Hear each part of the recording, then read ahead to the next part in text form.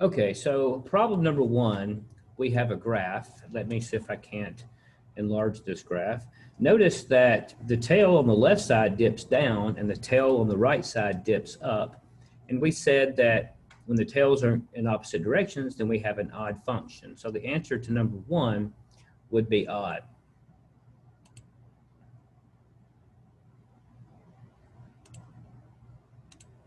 If you look at problem number two, the tails also dip in opposite directions, right? On the left side, the tail is going up, but on the right side, the tail is going down. And the answer to number two, again, would be odd.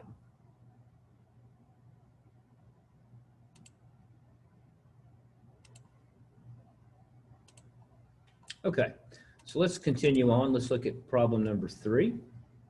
On problem number three, we have a V shape, and luckily the tails point in the same direction whenever it's V-shaped, so this is going to be an even function. Number four, probably a little tricky. That's not a function, right? Because that would fail the vertical line test. In other words, all of the x values from 0 to infinity have two y values, and that can't happen if you have a function. So the answer on number four would be neither, since it's not a function.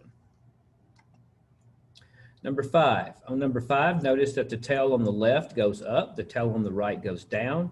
So this would be another odd function. And we can also look at the polynomials themselves. Since we have a highest power of 4, and 4 is an even number, then that would be an even function. And if you look at number 7 here, don't be fooled. That does have an exponent there. It's understood to be a 1, right? So that's x to the power of 1. And since 1 is odd, that would be an odd function. And finally, number 8, again, we have a situation where the left tail goes in one direction and the right tail goes in another direction. So number 8, that would also be an odd function.